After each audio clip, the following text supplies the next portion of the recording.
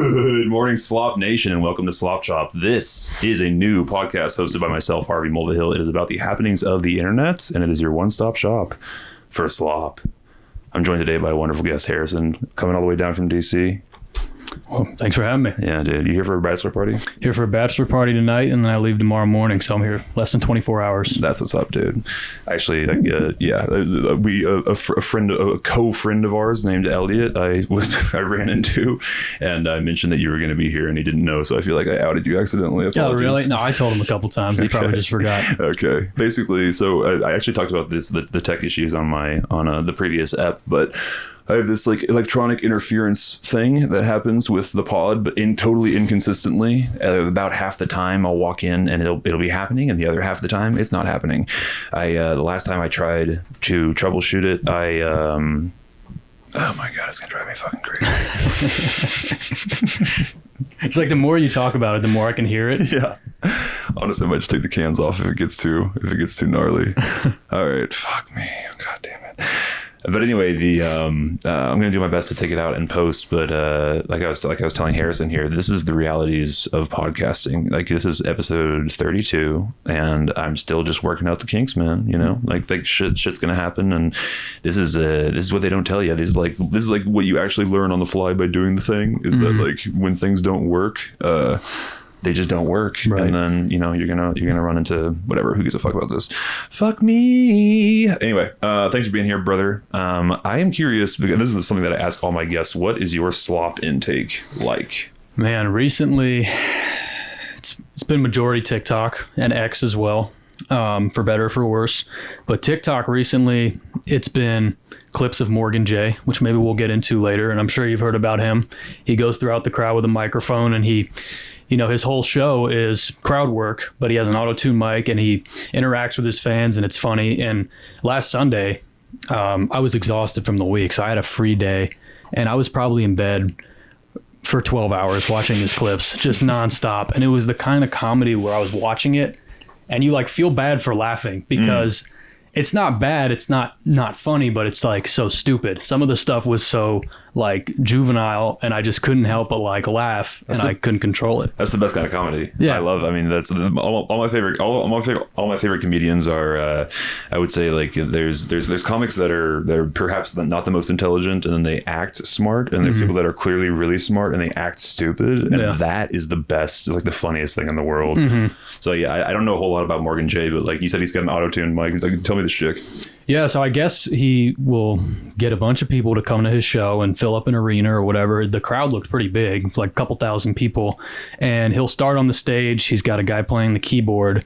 And then he'll, just move to the crowd, and he'll take the microphone and he'll go up to like a couple or a random guy, and he'll ask them questions about themselves. And he got this one couple that was on a first date, and he'll ask them to kiss for the first time just to get it over with. So it's like, that's awesome. Super embarrassing, super funny, but he'll even go up to like the top deck, and get the person in the middle of the crowd who probably did not want to be on camera. Yeah. So it's pretty entertaining. I've never seen something like that. And that's from the clips. That's, I think, what the majority of his show is. That's really cool. That's also cool. Like, I'm a comedy nerd, as the sloppers know, and it's a fascinating thing as a comedian, where if you get really good at crowd work, it's unlimited material that you can post freely without worry of it.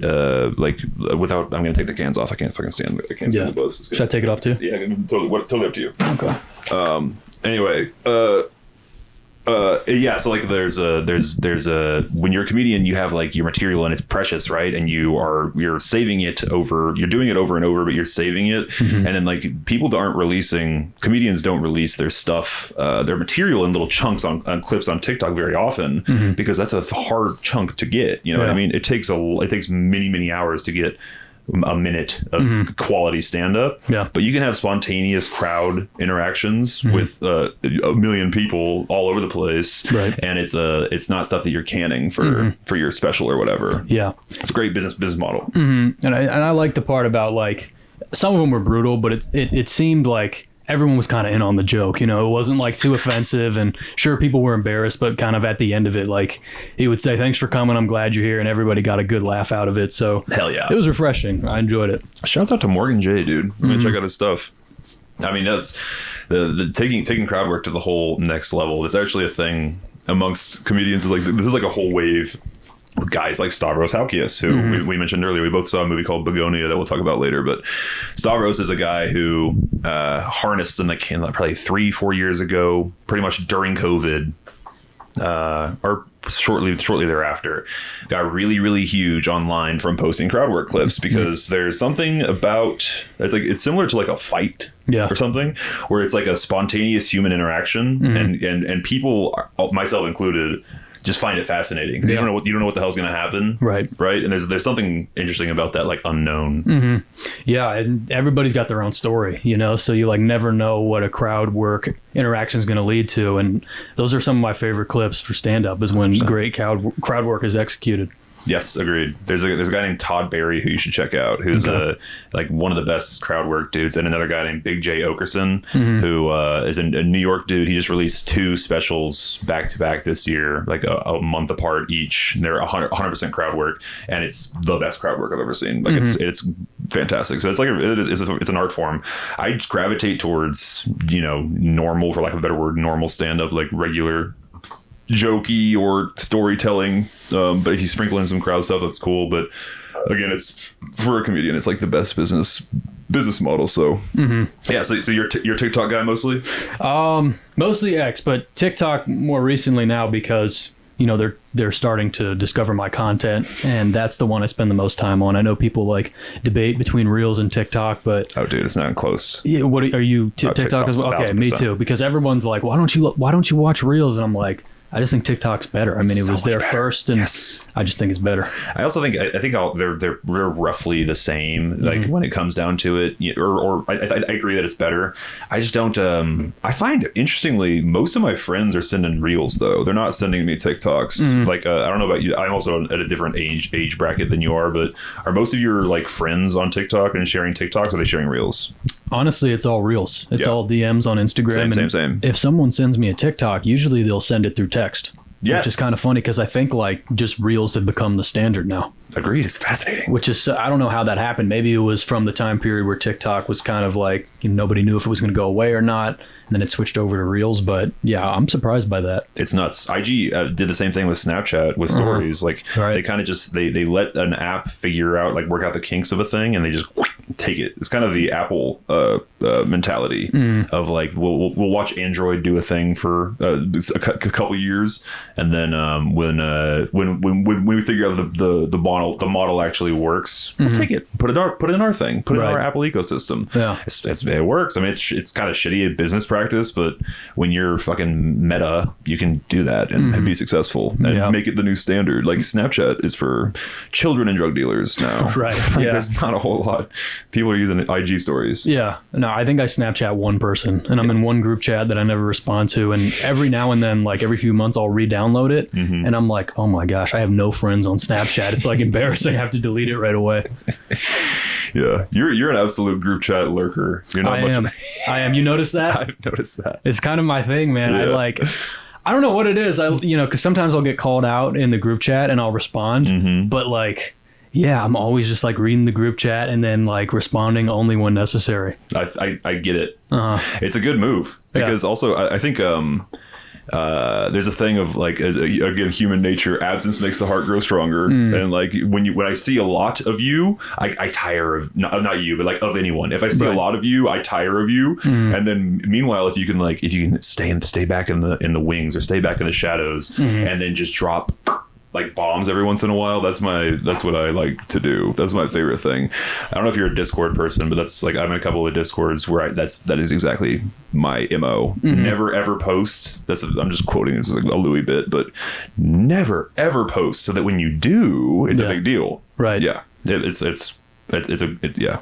And the people that I get it being like your main sort of communication with the world, or your friend group, and so you're in it all the time, but I do get bored of those people. Yeah, well, I think my thing is, it's not because I'm trying to ignore anybody, but I'll see the group chat and I'll read one of the conversations, and then I'll put my phone down for 2 hours, and when I come back, the topic has shifted entirely. So Sure. I'm like, I have no idea what's going on. My text messages right now, I think I have like over 700 that are unread because I just don't check texts. So That's a problem, dude. if anyone ever wants to reach me, I just tell them to call me because I'm not a good texter, group chats included. You're an old soul. So the 700 unread text thing is appalling to me. I cannot abide by that, Harrison. Oh yeah, and everybody calls it out, and I don't even notice it. They're like, "You have 700 texts. Like, are you going to check those?" And I'm like, "I don't even know." And they're probably from like years and years ago, if I had to guess. Oof. Yeah, I just get anxiety from it. Mm-hmm. That like injects anxiety into my system. I have trouble with that.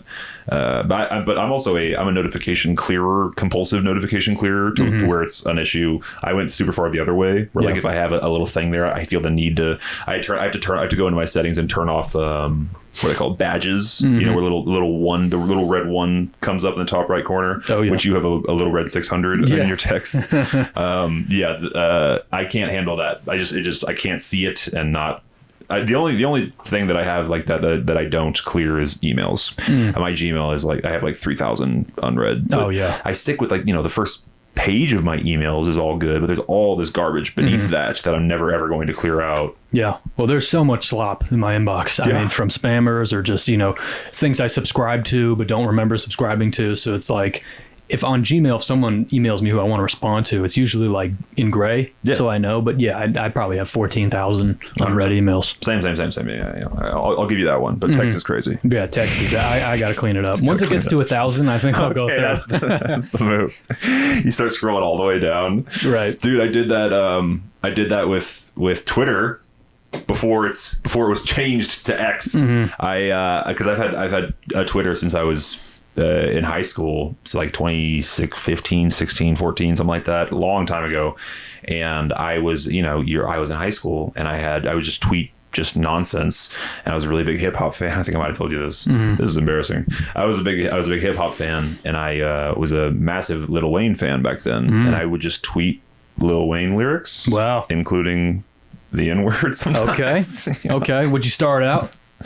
No, dude. No. I was a high schooler. I was an idiot. I didn't even know like it was a problem or whatever. Right. I think it might have even been middle school. It was a long time. But anyway, I'm not making excuses. I'm just an idiot. And so anyway, I went back and I was I'm sure my logic was like, I'm a fan. I'm like, it's totally unacceptable and not cool, obviously. But anyway, so I went back and purged. I literally scrolled all the way back to the very bottom of my Twitter, which took 30 minutes just to scroll, and then I deleted everything up until like a year ago. Wow. So it took a long time. Scrubbed everything. Yeah. And it's an embarrassing, horrific practice. You get to like look back through. Oh, this is the person that I used to be. Yeah. You know what I mean? Oh, dude, I used to have a Vine. I had an old Vine, and I had to send Vine my birth certificate so they could delete my account because I had lost the password. Your birth certificate? Yeah, so no one's going to be able to find my Vine out there, but I used to make magic videos on Vine because that was like a big thing. I can't remember the guy's name, but he was like famous on Vine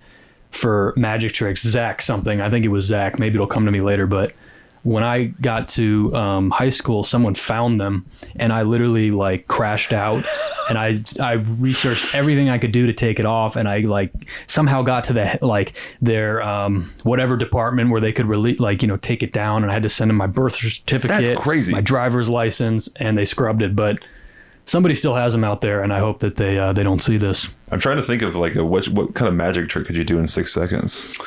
Well, I remember you could cut the video. So if you it's 6 seconds and you'd hold the thing down. I think I would put something in a box and like tap it twice. And then, I'd cut the video or pause the video and I'd put something else in the box while the video was cut. And then, it would just pick up right where it left off. And I'd be like, look at that. I just like switched this thing out of this box. It was so stupid. And that's like really impressive magic you got there. Right. Yeah, but I was on the trend, because those were the kind of videos going viral. Yeah. Mine never went viral, thankfully, but that's what I was doing on Vine. That's awesome, dude. Shouts out to Vine. I actually read a story that should be on the slop list, but it's not. I forgot. It's Vine is the original creator. Oh no, sorry. It's Jack Dorsey, the creator of Twitter, which he sold to Elon. So he's made his billions or whatever from the Twitter sale, and now he's he co-owns, or Twitter used to own Vine or something like that. I'm not entirely sure what the legality situation is, but they're redoing it, revamping it as they're calling it Revine or something like that. And but I want to say it's the same sort of thing. The only difference being that they're not allowing any AI content whatsoever. Oh, wow. Okay. Yeah. Interesting. So is it still 6 seconds? Yeah. Oh gosh, wow. But I'm like, I don't know how you compete with TikTok, dude. Like TikTok is a freaking stranglehold, or Reels. Like I don't know how you open up a new thing. I think they're just betting on the nostalgia factor. Yeah. But you got to get back on there and make some magic videos, bro. Maybe, yeah. I might have to. That's really funny. Magic. I never pinned you for. Did you get like the top hat? No costume. It was just like magic videos through editing. That's so funny. Shouts out to Vine. There's a lot of Viners that became famous YouTubers that I still follow and love. This guy named Drew Gooden, who is one of my very few bell YouTubers. I like to call them that. There's like a select few, I think 5 YouTubers that I actually turn the notification bell on for. He being one of them. He is so funny and so engaging. He makes these 20 to 30 minute deep dive on a topic, and I always like to say that my bar that you have to clear as a content creator is being funny, or just like at least attempting jokes. You know what I mean? Yeah. Making your content engaging by adding humor. And it's not something that comes immediately naturally. It's something you have to work at. Yeah. You know what I mean? Especially if you're like writing a video. Yeah, I did it like a couple of fucking times, but I hate talking about my own shit. So anyway, it was he's great, and he used to be like a very famous Vine person, and then he just moved over to YouTube. A lot of people did that. Yeah. No, that's where I found out about the Paul brothers. I think that's where they started. That's wild. You're right. And King Batch, he was huge because a lot of my childhood was Vine. You know, so those guys who are now on YouTube, like a lot of them started off on Vine, and it's just like so weird to think about how big they've become. You know, crazy. Yeah. Especially the Paul brothers, because they're massive. Bruh. Fighting Mike Tyson and a freaking crashing Netflix, fighting Mike Tyson. Nuts. Yeah, I mean, that's astonishing. They're other level. Or like the Prime thing, him and KSI. Yeah, I never have drinking a Prime, but they're going to be billionaires because that's how you do it. Right. Yeah, anyway, so shouts out to Slop. Shouts out to... for the record, I'm pretty much the same. I mean, I'm a YouTube, TikTok, and X or Twitter guy. That's my jam. 3? Those are my top 3. Yeah, YouTube too as well. Yeah, I think it's time to get YouTube Premium because the ads, I can't take it anymore. I've had Premium for years at this point, and I would drop Netflix, I would drop Hulu, I would drop HBO before I dropped YouTube Premium. Wow, okay. I'm so used to it now that I can't ever go back. When I try to pull up a video on my brother's phone and I'm like, ugh, like what it's just like Apollo, right? But I hate ads. So Premium, there's no ads. No ads. Okay, I got to do it. And you can download anything you want. So I just have 3 giant I have a podcast playlist, my whole watch later playlist, and like one other one that's downloaded forever. Wow. It's great. So you can watch it offline, like on a plane or something? Exactly. Okay. Yeah. Yeah, it's awesome. That's my, I think you're more music pilled than I am. I'm trying to veer into more music. My brother downloaded this new app called Music League, which is very funny to me because it sounds exactly like Music League. Yep. Which is what TikTok used to be. Yeah, that's right. I wonder if that was intentional. Probably. Yeah. No, I'm sure it was. Probably, right? But it's like, I have to imagine it's horrible for search engine optimization, SEO. Yeah. Like you keep, I'm picturing a guy at a party who like overhears his friends talking about this new app. Right. And he's like, I think it's called like Music League. So you type in music LY and like TikTok's going to come up. So and just telling someone like when your brother told me Music League, I was like, Music League? Yes. So you really got to pronunciate. Yes. And it's going to confuse a lot of people. Yes, dude. So the app is Music League, LEAGUE. And the gimmick is that you create like weekly or daily challenges amongst a friend group saying like your favorite song in this genre, your favorite song from this year, your favorite song from this artist. And you each send one to the app and then you all vote. I think you have like you have like your first, second, and third place essentially. So then you can say, this is my first, you can't vote for your own shit. So this is my first favorite, second favorite, third favorite. And then they just like, it categorizes it, and then there's a winner declared every time. Dude, you and Sean got to throw me in some of those groups because that sounds exciting. It's cool, right? It's also like I'm always struggling for ways to find new music. How do you find new music? Oh my gosh. I'm a guy who listens to the same song until I'm sick of it. And that usually takes about 48 hours. So like, really, it's just like, I'll hear something on TikTok. The Spotify radio section sometimes leads to something good. But it's very hard for me too. I'm the exact same way. Find it on TikTok or in a video or something. It's rare, maybe in a movie, but it's rare that the Spotify radio thing just is rare. It's like very hit or miss for me. Right. But yeah, I'm always looking for ways to expand my horizons because I'm so podcast pilled, and I'm just this is actually something that I've discussed ad nauseum perhaps on this pod. But when you're depressed, you want to fill your brain with material all the time, so you don't have to think. Right. So then I've gone through like periods of horrific depression, which I'm not experiencing right now. For the record, I'm feeling quite good. Thank you for asking, dear viewer. But so like now when I'm feeling like decent about myself and my experiences and things, I stray towards music and I like want to find more artists to listen to. Yeah. And then when I'm depressed, all I want to do is listen to like comedians talk shit. Yeah. Well, one of the problems with Spotify is like trying to find new music on it. And you use Spotify, right? Sometimes like when they'll create playlists for you and it's a way for you to discover new things, but so many times they play like the same songs, like the AI DJ guy on Spotify, he will play the same like 8 songs over and over again. And I it's a DJ X. Exactly. And I'm like, I've heard this already. I know this song. I want something new, you know? So I agree with that completely. I also think that it's probably just focus tested and like they know it's one of those things where I feel the same way, but then I do find myself kind of skipping through new stuff when it throws me new stuff. Yeah. Or I'll try it I'm like, yeah, it's fine, skip. And then when it's like a song that I know that I like, I'll sit through the whole thing. So then I'm training my algorithm that I like these. You know, I'm doubling down on the liking of that song. But I agree with you. I think that also happens with shuffle, quote unquote shuffle is not real shuffle. They favor your favorite songs, right? And they're not. If it was like a legit random shuffle, again, they focus tested it, and like legit people don't want legit random shuffles. They think they do, but they don't. Yeah, it's got to be an algorithm thing because I'm sure it is, but they must know that I listen to the same 10 songs, you know, every day. So like when I want to shuffle music, they're like, oh, we might want to listen to this song again, and then we'll throw in some new stuff. So I don't know how to fix it. Yeah, I think you just have to train your. It's going to take just skipping the songs that you love and bearing through the new stuff that they throw at you and just like encouraging your algorithm to.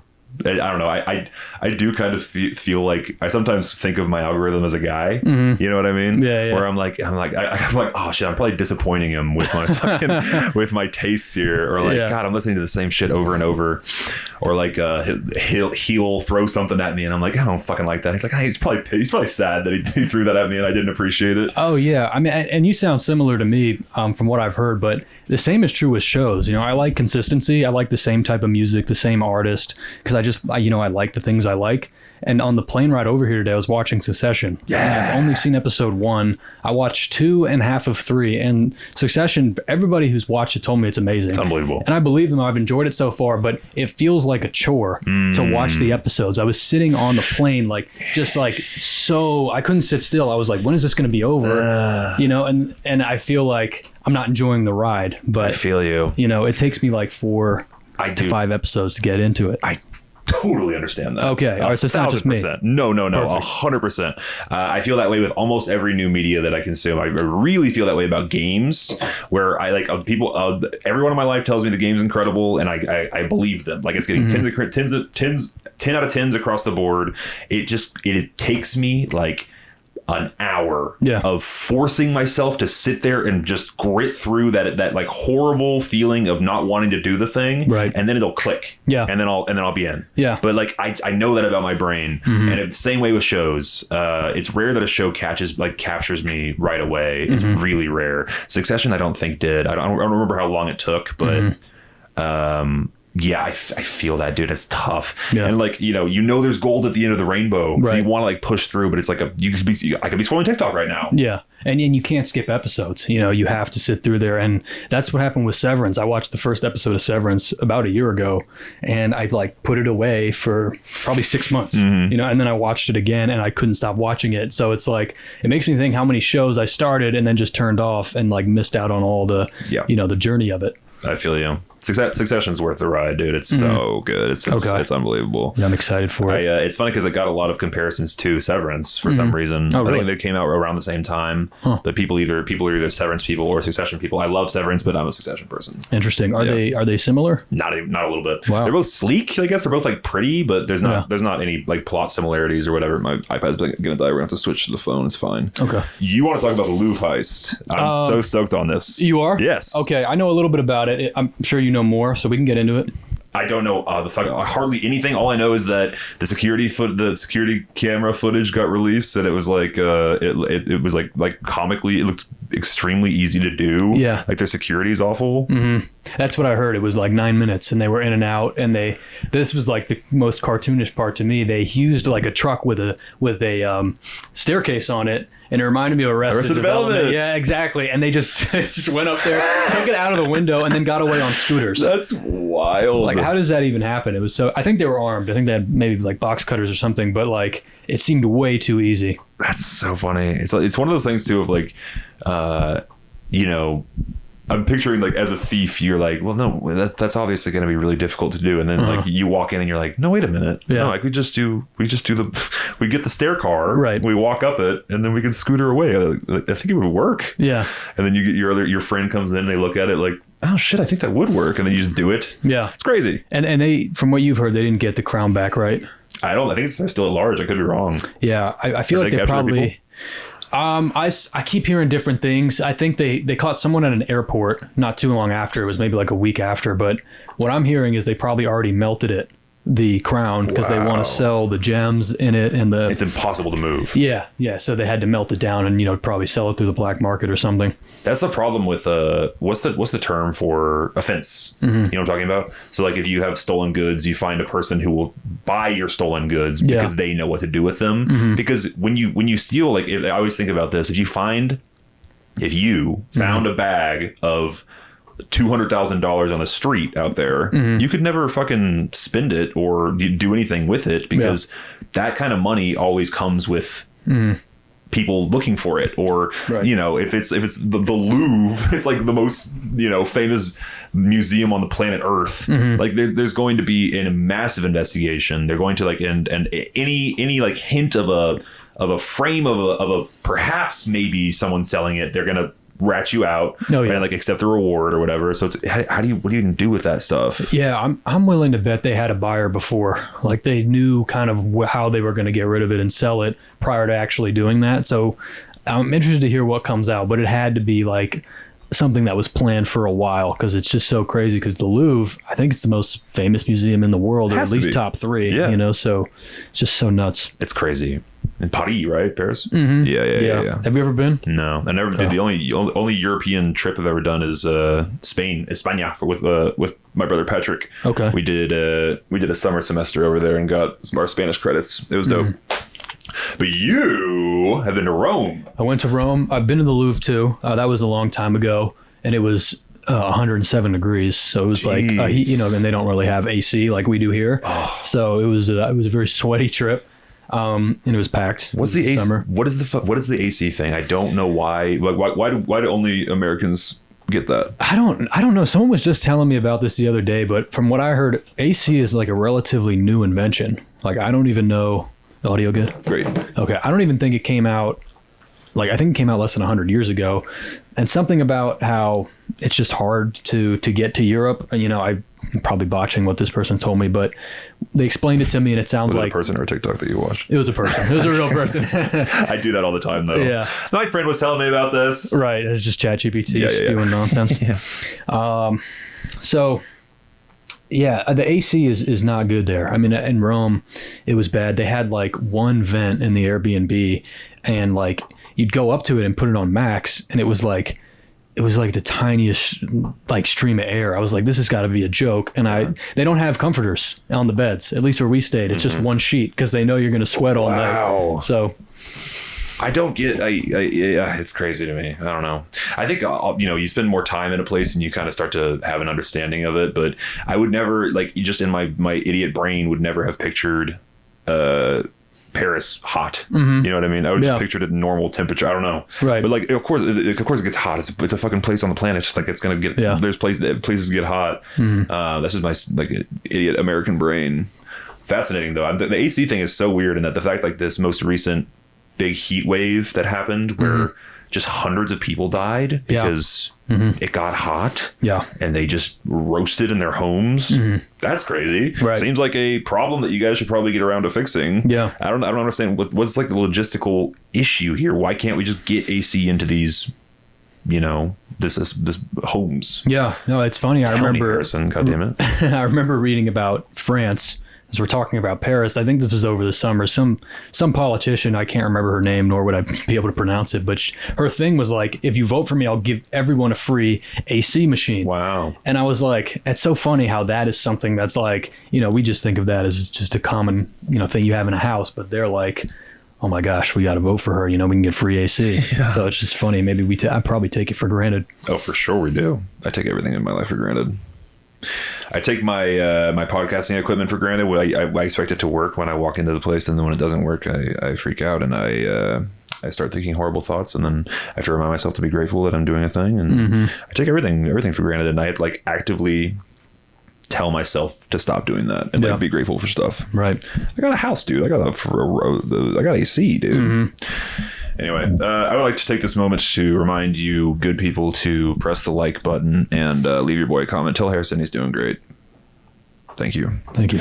Okay, so I wanted to talk about. So, what are your gaming habits? Do you have any? Are you much of you're not much of a gamer, are you? Not much anymore. I used to be one. I think I'll probably get back into it when GTA 6 comes out, if it ever comes out. I hear they just delayed it or something. I have a PS5, but I have no games for it at all. So I think I'm just waiting for GTA 6. It's a streaming machine. It's like a Netflix machine. Yeah, I did love Red Dead Redemption 2 when that came out. I think that was my last phase of like gaming every day because it was so fun. And COVID happened kind of right around when it came out. So I got to grind through the story mode, and it was super fun. 100%. That's actually, it's funny that you bring that up. That is one of the games that I was talking about earlier that everyone in my life told me to play, and I own it. It's like sitting beneath my bed over there, and I just have that. I know that thing in my brain about games where I have to force myself to play it for X amount of hours to lock in, and I haven't gotten there yet. Yeah. So I just went and like got bored and quit. It's stupid. Maybe eventually I'll go back. Yeah, no, if you start, let me know. I'm excited for you because it was like it's just unlike any other game. The whole open world thing and the detail that went into it. It was super cool. I had a friend say it's the best story he's ever seen in a piece of fiction. Oh, for sure. Yeah. It was like, a couple month long movie, and then like you get emotionally attached to the characters. I actually named my car that I drive now after Arthur Morgan, who was the main character in that one. But I love that. Is it Morgan or what do you call it? I call him Arthur Morgan. Oh, nice. Because I named my car, right? Or somebody asked me, like, do you have a name for your car? And I wanted to sound cool, so I said that. The first and last name is an interesting choice. So I like it. Right. I've cousins that do that have that same practice. I've never done it. I always just call mine the Altima. Yeah. It's lame. It deserves a name, dude. Right. I spent a lot of time in that thing. But do you like lovingly like pat like, all right, Arthur Morgan, or is it just like what you tell people? No, I think it just came out randomly because somebody asked me, and I was like Arthur Morgan because I was playing Red Dead 2, and then like from that point on, since like 2018 when the game came out, I've just been calling my car that. That's what's up. Yeah. Nice. Well, I've never told anybody that, by the way. Yeah, no, that's kind of embarrassing. Oh, nice. We're breaking new ground here at Slop Shop. Well, the reason that I brought it up is because Steam this week announced a slew of new hardware. So if you're unfamiliar, and I'll tell you this for your benefit and for the lovely listeners out there, Steam, the most successful game, not developer, but host website app period. It's like massively popular. They have like they're owned by Valve, and they have a stranglehold on the industry for a good reason, because they are extremely fair. I think like there's questionable, apparently they take like 33 to 35% of your revenue if you're like releasing your game on Steam, but they also, for the consumer side of things, they do sales constantly, and people just, it generally feels good to buy things on Steam. You can like it goes to any device, you just log in on your Steam on someone else's computer, and then you'll have all your entire library there. Anyway, it's like a pretty fair, generally good, well liked company. And a couple years ago, probably 2 years ago now, they released the Steam Deck, which is a handheld that just has all of your PC games on it, kind of like a Switch, but it's like specifically designed for most Steam games. And so you can have your entire massive PC library of games on a handheld device, right? So that's a Steam Deck. And then this week they announced there's like they're making new VR glasses, which sure, go ahead, that's fine. The previous we're getting in the weeds here, but bear with me. The previous, they had a version of the VR goggles that I actually use. My cousin let me borrow them to play Half-Life Alyx. Are you familiar with Half-Life? No, never heard of it. Okay, so Half-Life is like a Valve's one of Valve's like crowning jewels. You know, Portal. No. No, you know Portal? Dude, that's crazy. Okay, so anyway, but so Valve creates these like iconic sort of very well known games called Half-Life and Portal. Okay, that most people know. It's okay, but anyway, they create like there's like a meme online because they make Half-Life 1 and 2, and they just have never made a third one, and it's been like 20 years now, and they've never made a third one. Well, in the background, and like they've been cooking, or they had been cooking with this like state-of-the-art VR game called Half-Life Alyx, which like raised the VR bar to a crazy level. And I actually played the thing. So they released this VR headset to like alongside this game that they've been cooking, and it's like it was a wired headset. So like we actually have a VR headset right there. But oh, that's what that is. Yeah, that's like the Meta one, the Facebook one. You ever done VR? Never done it. Okay, cool. I might do it today. We'll see if you have time. But anyway, so they released this like super state of the art VR headset that costs like $1,200. Oh my gosh. And in order to run it doesn't even have its own computer in the thing. You have to you need like a gaming PC to plug the thing into. So I was like, that's way out of my price range. Absolutely not buying this entire kit so I can play one game. Yeah. You know what I mean? But my cousin's a nerd. So my cousin is a big Half-Life fan and is a nerd, and he let me borrow his gaming PC and this headset that he bought, and I got to play Half-Life Alyx, which was incredible. Just to give you like a little piece of like some of the stuff you can in VR pick up like objects and juggle them, so like it knows where the objects are in relation to where your hands are. You can pick up like a piece of chalk and write on a whiteboard in VR. This is all, this is probably whatever. It's like normal at this point, but yeah, it was like groundbreaking at the time. And it's like one of the coolest gaming experiences I've ever had. That game rips. Love Half-Life Alyx. So I know I'm talking a lot, but bear with me here. Yeah. Cut to this week, and this is probably like 5-6 years ago they released that massive $1,200 headset. They are now releasing one that looks like that. Which do you mind grabbing that for me? Yeah. This is like this one right here. Yes. So this is like the meta version. Or most people know this. Like or what the hell is it? Oculus. Oculus.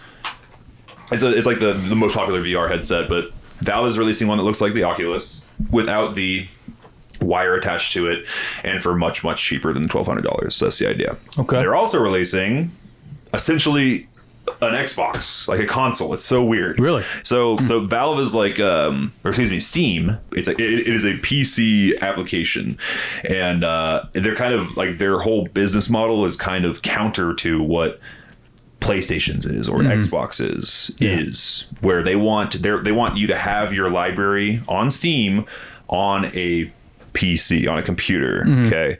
But now they're saying like, no, we'll give you a console to put your Steam games onto. It's weird to me. I think it's like, I don't know if I really truly have a point here other than just to say it's bizarre to like, it seems like a regression for them. It's like PC is like the pinnacle of gaming. It's like you can get the best specs and the best hardware period, and then like your consoles are like you're giving some of that up for ease of access. And like you can pick up a PS5 controller and hop right in, and it costs $600 and you know what you're getting, and they'll release games for it. Whereas like a PC is like you have to build your own, and it's like really technical, and people don't. It's just like a hard bar to clear. Shut off on us. It's just the monitor. We'll fix it in a second. Cool. Yeah, but anyway, I just thought the whole thing was interesting and odd. It's like they're releasing essentially like a PS5 competitor, which is weird. I don't know, but yeah, as you're not much of a gamer, which is fair. But I'm assuming you've always been a console guy. Yeah, and mostly PlayStation. I don't think I've ever owned an Xbox. Okay, I was the opposite. Really? Always Xbox, never PlayStation. Wow. It's just we just got handed one as a child, Yeah. and then I just rode that wave for the rest of my life. You just stick with it. And guess what? I chose the wrong horse. Really? Yeah, dude. Wow. PlayStation is it. Yeah, I've heard more about. I feel like you hear more about the PS5 instead of the Xbox One or whatever it is now. Oh, bro, it's over. It's over. So yeah, Wow. the console wars, quote unquote wars, like it has been Sony has handily won. The most recent generation, PlayStation 5 versus Xbox Series X, the PS5 outsold them 5-1. So it's like they stomped. That's not even close. Stomped That's the crazy. competition. So yeah, it's over for Xbox. They're like pivoting into like they're putting Halo, like their beloved Master Chief, on PlayStation, which is crazy. I mean, they like turning over and showing their stomach. Anyway, it's all interesting. I've always been fascinated by sort of the sort of like logistical business side of things in general, media specifically, movies and gaming and all that. Someone made that decision. Let's put Steam into a console, even though it's like a PC thing. Yeah.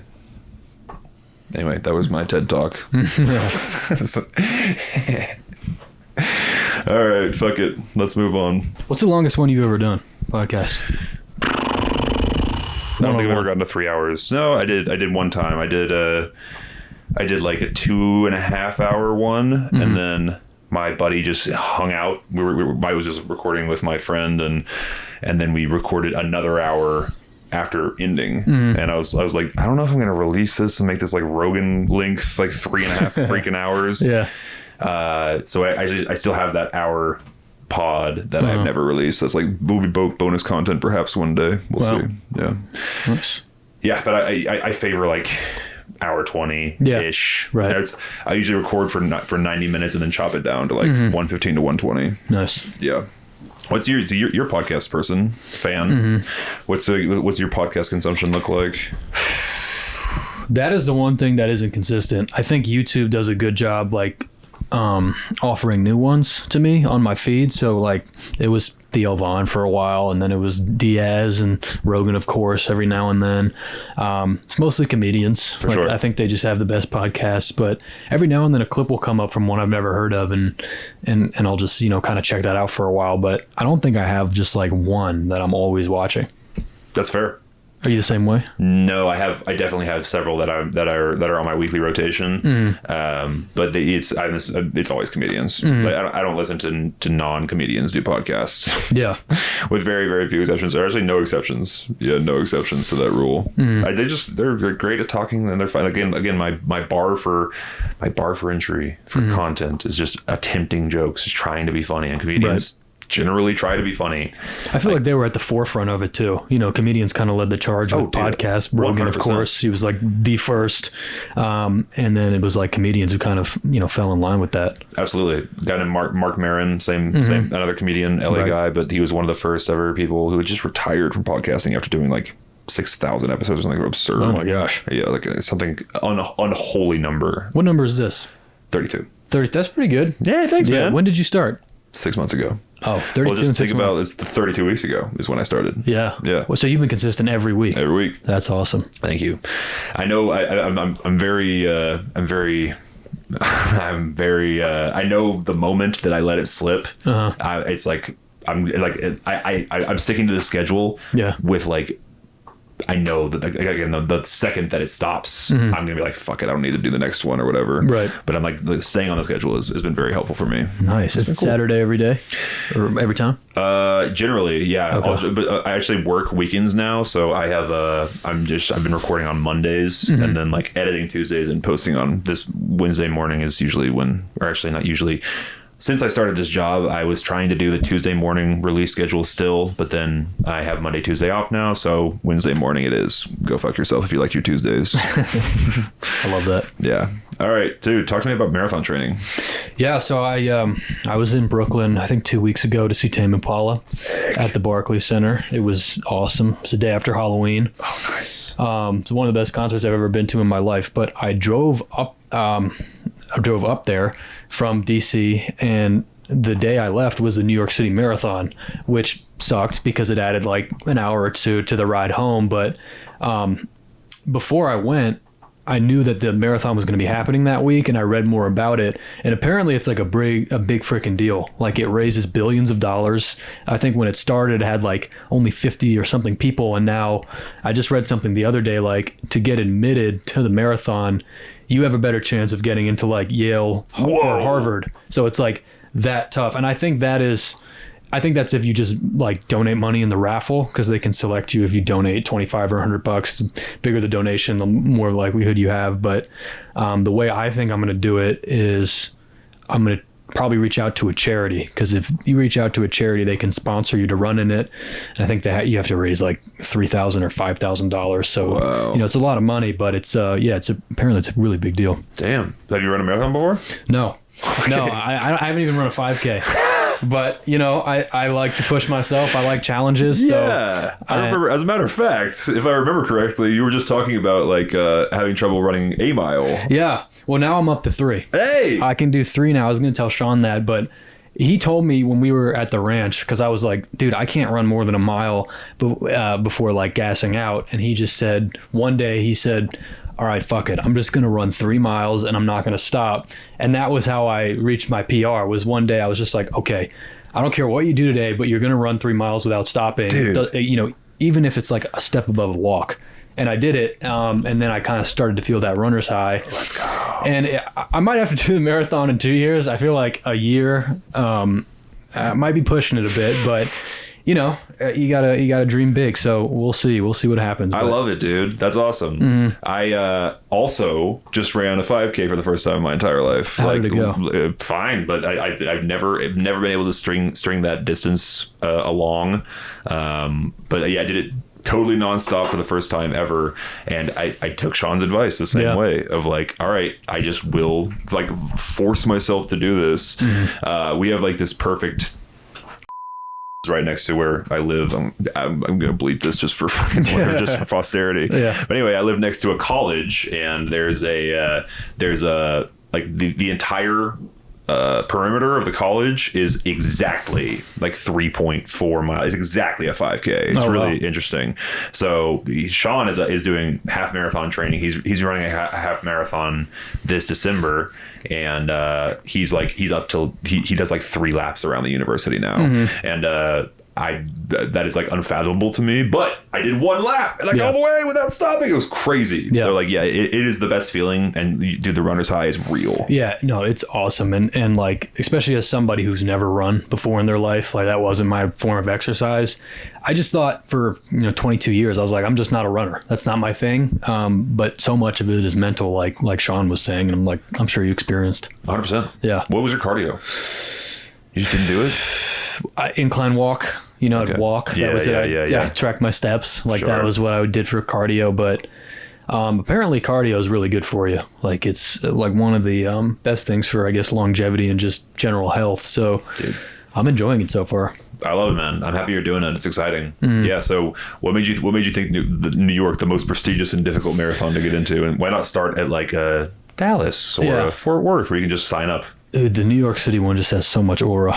When I was driving out of the city, like I saw all the contestants there, and it's like, it was cool because you run around I think 7 boroughs, so you get like a whole tour of the city, running 26 point whatever miles, and like I followed some influencers on Instagram, and like all of their friends and family came out.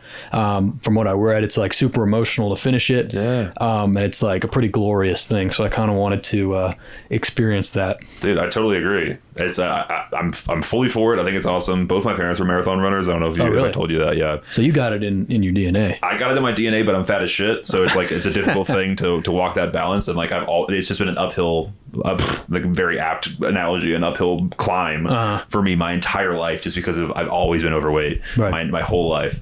But like, dude, cardio makes me feel great. And like, I was on a really consistent. I've been slipping. I slipped this week was like my first time really slipping, and I only went to the gym like twice this week. But anyway, like this whole new work schedule, I was like, I get off work, I go to the gym. It just, I do it. I do it mostly, dude, because it makes my brain happy. And like, I know that like to maintain how I'm feeling, I need exercise. Yeah. And I get squirrely without it, bro. Oh yeah. No, I'm the same way. And I think like cardio specifically, something about it really just kind of calms you down after, kind of when those endorphins, those post-workout endorphins, it's like, I could go in there stressed about anything, and then when I leave, I'm like, it's not that big of a deal. 100%. And then like, also just like it kind of reframes it reminds me how powerful anxiety is, and how it's like both powerful and also temporary and silly all at the same time. God, I had this thing at work I got to do, and then I'll go work out and be like, it'll be fine. Yeah, it'll be fine. Yeah, this too shall pass. Like it is what it is. Right. Sleep too. Sleep. When if I don't work out, like I start to notice it in my sleep, and I already do have like insomnia. So if I can get out there on a good run that's long and pretty intense, like I'm sleeping like a baby. It's great. Hell yeah, dude. What's your insomnia look like? It kind of varies. I mean, I usually don't have a problem getting to sleep. It's just waking up. I mean, I'll wake up probably like this morning. I woke up at like 2 a.m. today, and then went back to bed, and I think I woke up probably 5 or 6 times. Oof. And it's just like I get up. I've learned not to look at the phone, because that just does not do anything good for me.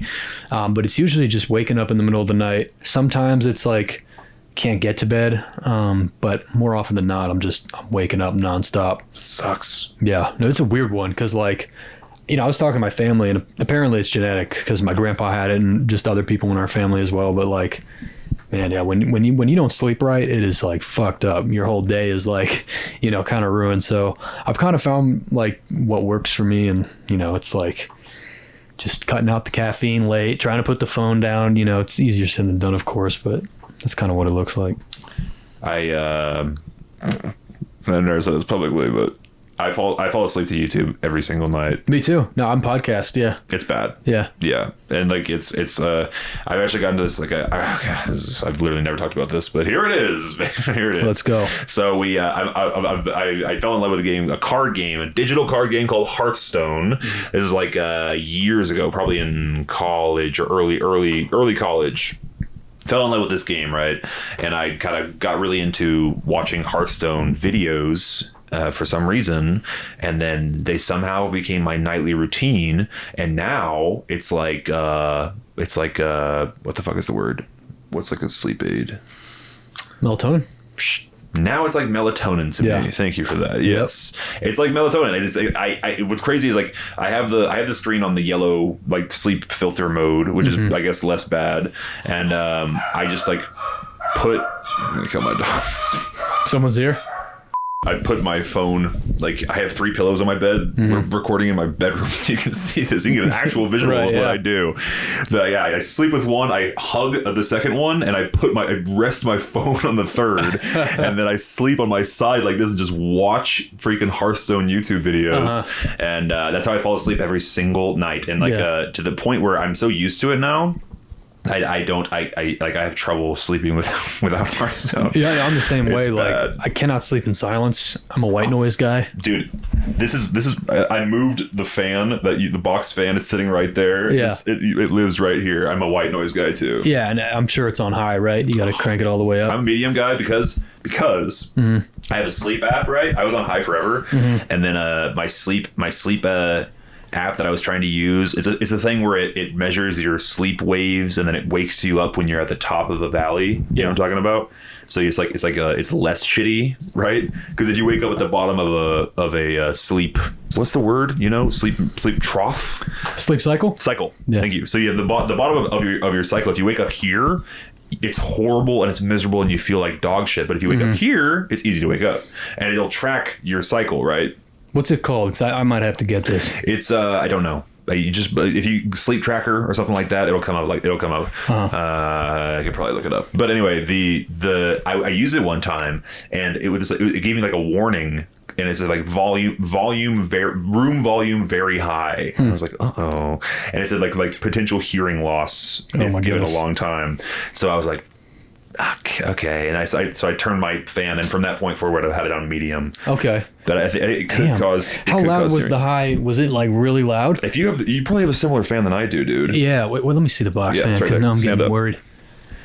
I would just. It's a little smaller than that, but I'm sure it's just as loud, and I have it all the way up. Yeah. So I might have to turn it down. Your ears up, brother. Love it. Yep. Great. On top of the music I listen to, with the AirPods always giving me the headphone warning now. It just never stops, That I don't care about, and I will just blast my ears because especially at the gym or something, I'm trying to get like pumped up, like I'm gonna be listening to loud music. I don't know what to tell you. Yeah. Dude, have you seen a movie called Sound of Metal? I think I might have recommended it to you before. About the drummer? It's about the drummer. Yeah. I've never seen it, only clips. It is one of my favorite movies of all time. It's unbelievable. It's about this exact phenomenon. The guy losing his hearing. Miles Teller, right? No, Miles Teller is the drum. Okay, so you're thinking of Whiplash. Oh, yeah. I was thinking of Whiplash. Love Whiplash. But this is a guy. He's like a metal drummer. Riz Ahmed is the actor's name. Okay. Anyway, that movie rips. Love it. But it's about hearing loss, and one of the few movies that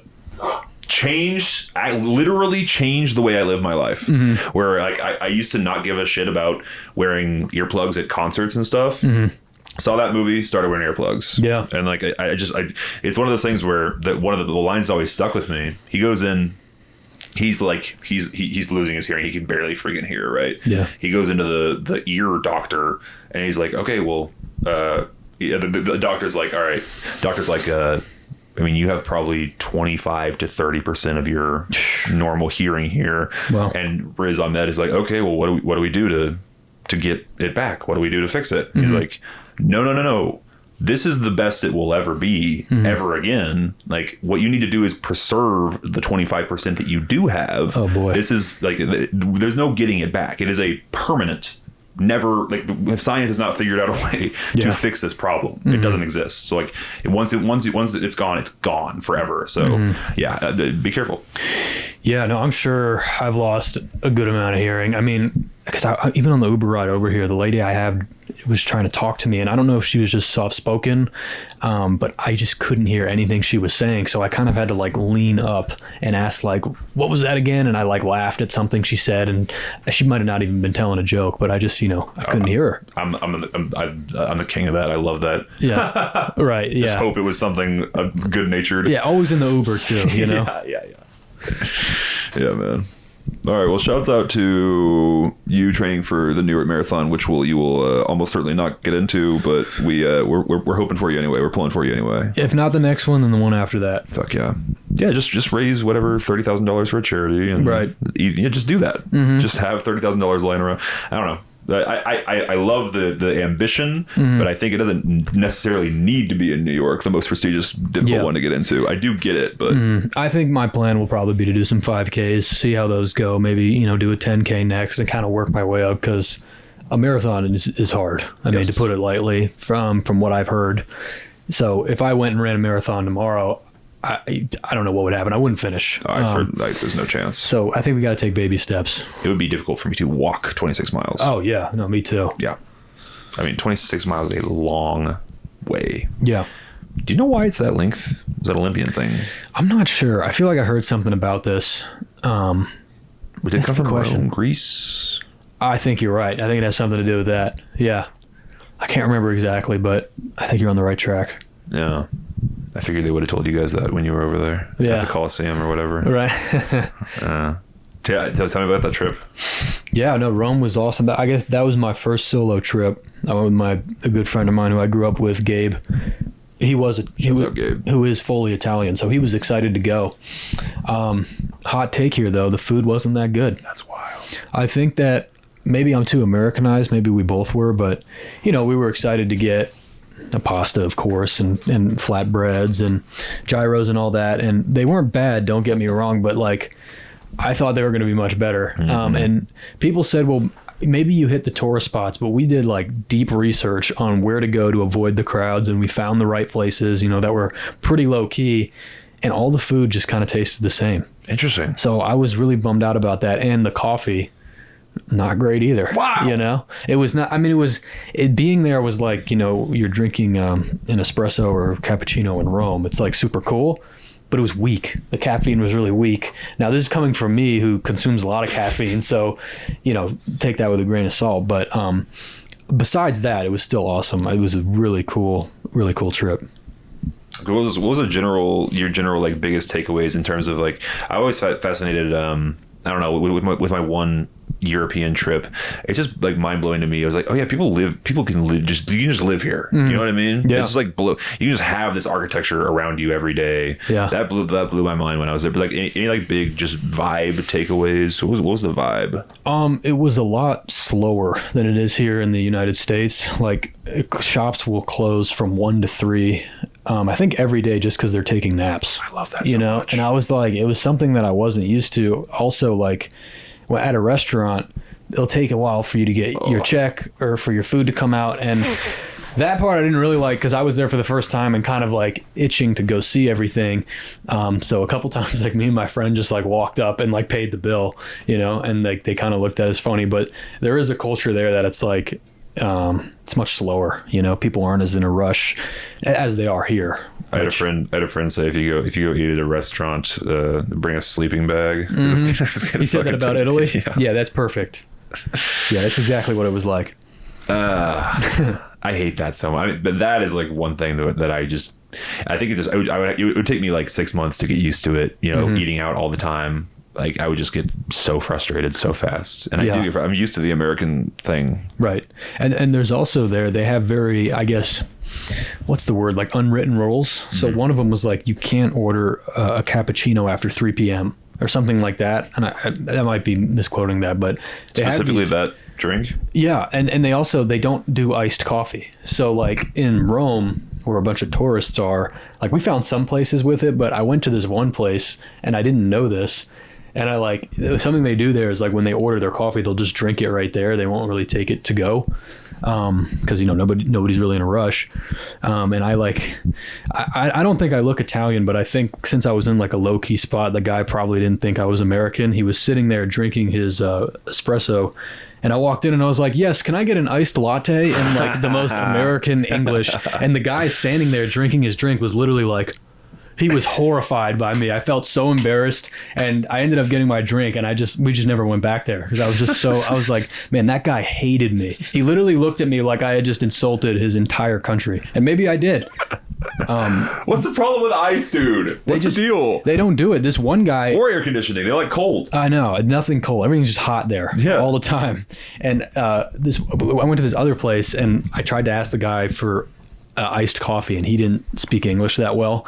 And he literally was like, he was crashing out. He like didn't know what to do. He was like, oh, you want it shaken? And I was like, no, iced. And like, we just left. We didn't even order. That's so funny. So next time I go back, I guess I'll just have to find some energy drinks or something, but still a really cool place. Fascinating. Mm-hmm. Yeah, I've always been curious what the deal is with the ice. Like, why don't you just... It's just one of those things that I can't wrap my American brain around. Yeah. Mm-hmm. Like, I can understand the cigarettes on every... Like, that was actually the biggest culture shock for me was the amount of cigarettes that were everywhere in Spain, and the fact that there was a tobacco shop on every corner, Starbucks, like, just tobacco. And we were rolling our own cigarettes, trying to be like European over there, which is kind of fun.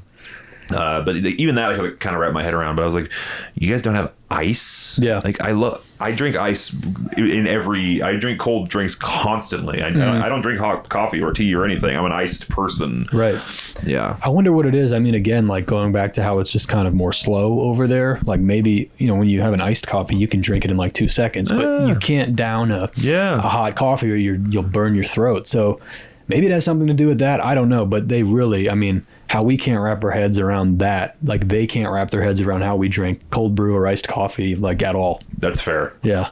That's fair. Also, they can't wrap their heads around the gun thing, which is totally fair. Totally fair. When I would tell people I was American, like the things they brought up were guns, Trump, Texas, and like when you ask someone who like impersonate an American, they always do a Southern accent. Yeah. And it's no, I'm from Maryland, but it's kind of funny. Yeah, that's funny. They don't know what the Maryland is. Oh, they had no idea. No. They know Texas, they know California, they know maybe Florida, probably not even Florida. Yeah. New York. New York, DC maybe because the White House and all that. Right. Yeah, no, they have no idea what Maryland is. That's funny.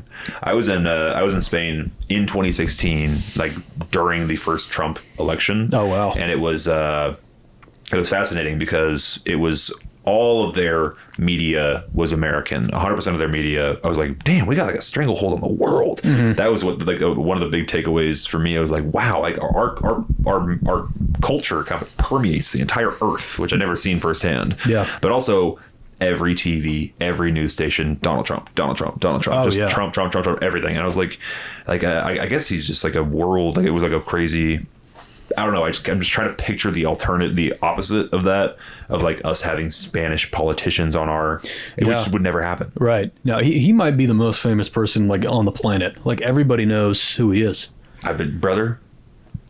Right. I've been saying this since day. Thank you for saying that. I totally agree. I actually do this with people. I'm like, who's the most famous person on the planet Earth? It's got to be him. There's no other option. It has to be Trump. Mm-hmm. There's no other person. Right. Give me another example. I was like, perhaps Michael Jackson when he was alive. Mm-hmm. That was always pre-Trump, but like maybe Michael Jackson at his heyday was like one of the most famous humans that have ever lived. That's what I was going to say. Like Michael Jackson was, Trump's probably like bigger in terms of just like people knowing who he is because it's so polarizing. Yeah. You can't go to a corner of the earth that they don't know that guy. Right. Yeah. You cannot get more famous than Donald Trump. Mm-mm. No. It's pretty wild. Mm-hmm. Pretty wild. Beyond like Jesus. Yeah, right. Yeah. That's crazy, man. Yeah, like historical figures, maybe I'll give it to you, but mm-hmm. Yeah, as far as living people, there's no other. Who's second? Right, alive today. Pope, maybe Musk, Elon Musk. I feel like a lot of people know who he is. Yeah. I could see Elon. So I feel like some tech titan would be kind of on that list too. Like, Musk would probably be my guess for number 2. Taylor Swift. Yeah, she's ginormous. I feel like everyone knows her. She's got to be the most famous like entertainment. Oh, for sure. Yeah. She might be MJ level. I think so. Close, or the closest we've seen. Yeah, I didn't know how big she was until she announced some tour, and I think it was 2022, and like everyone was talking about it when I was at school. Yeah. Like my sister went and saw her like 3 times, and I'm just like, this is nuts. I had no idea. She made it was last year in 2024.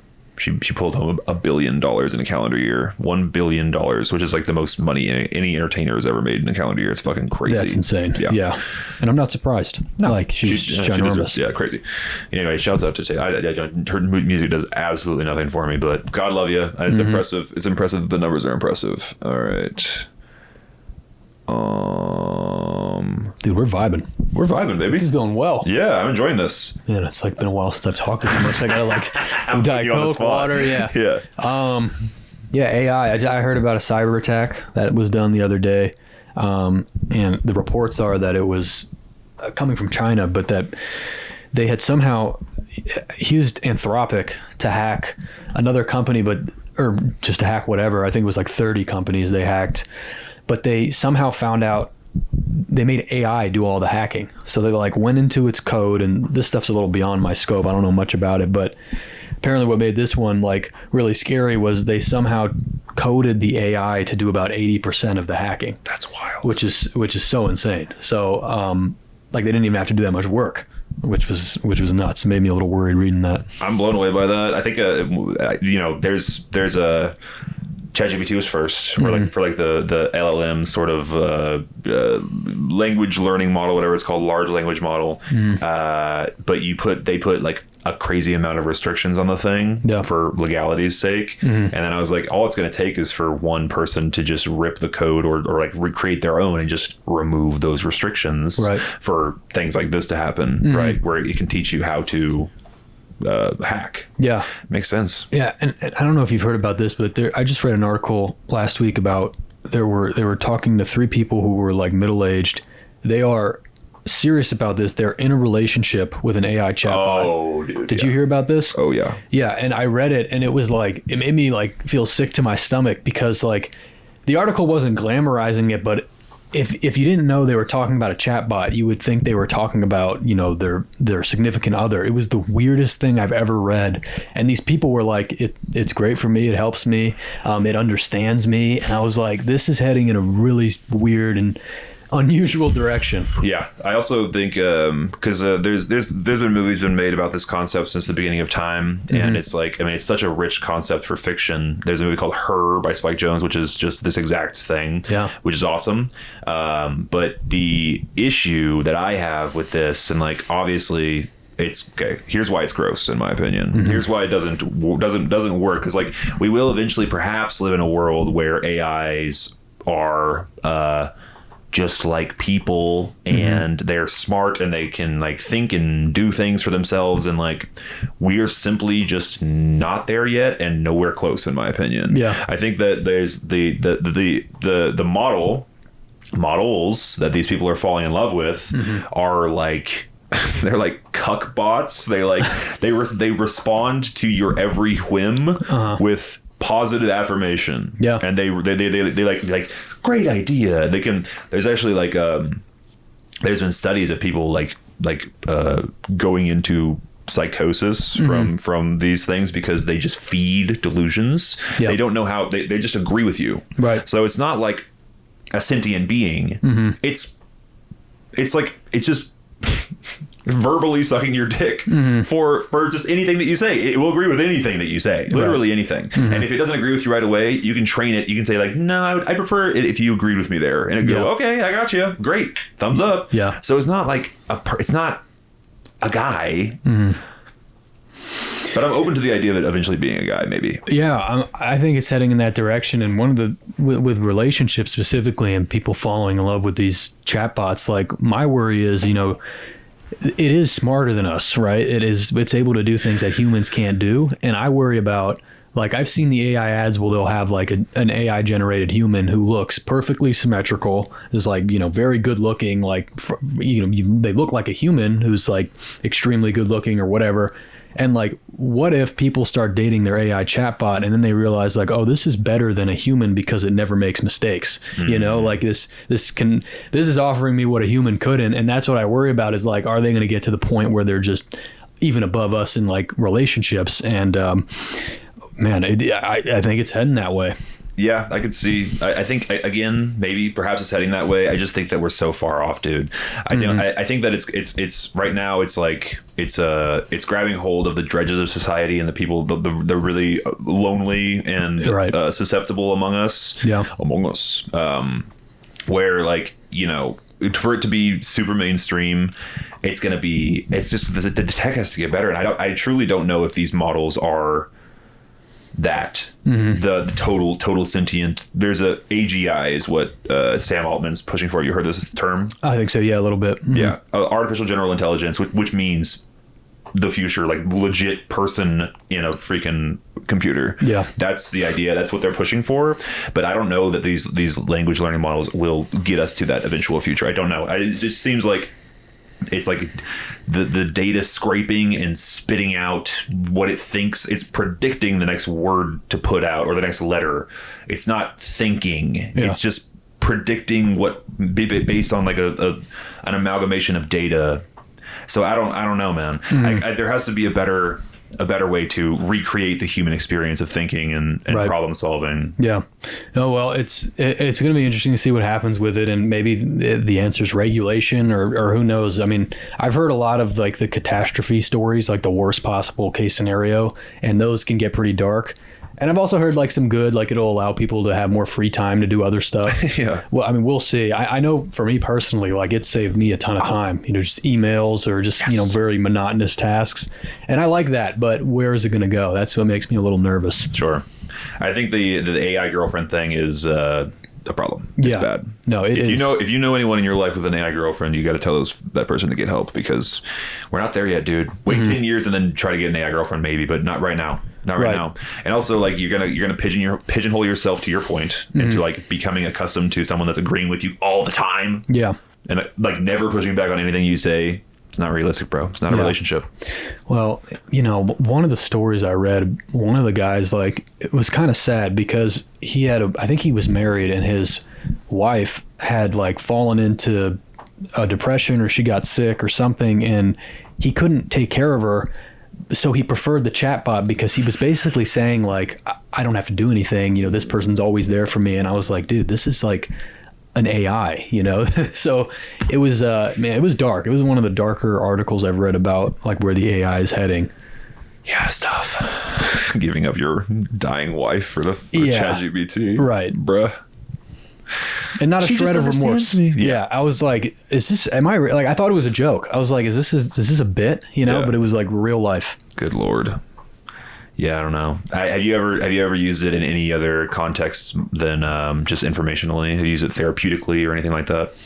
I've asked it to like, I mean, kind of give me like medical advice, and I'm sure it saved me some trips to the doctor, because the other day I thought I broke my finger, and I got a really bad bruise. And I took a picture of it and uploaded it to ChatGPT, and now it has the disclaimer like, I am not a doctor, but you're probably fine, and here's why. Yeah, that's and I was like, okay, I don't need to go to the doctor, you know? Nice. And I think they're trying to put guardrails on that, but mostly it's like emails, and, you know, if I'm interested in a topic, I'll look it up and how did it know that your finger was fine? I don't know. What did it say?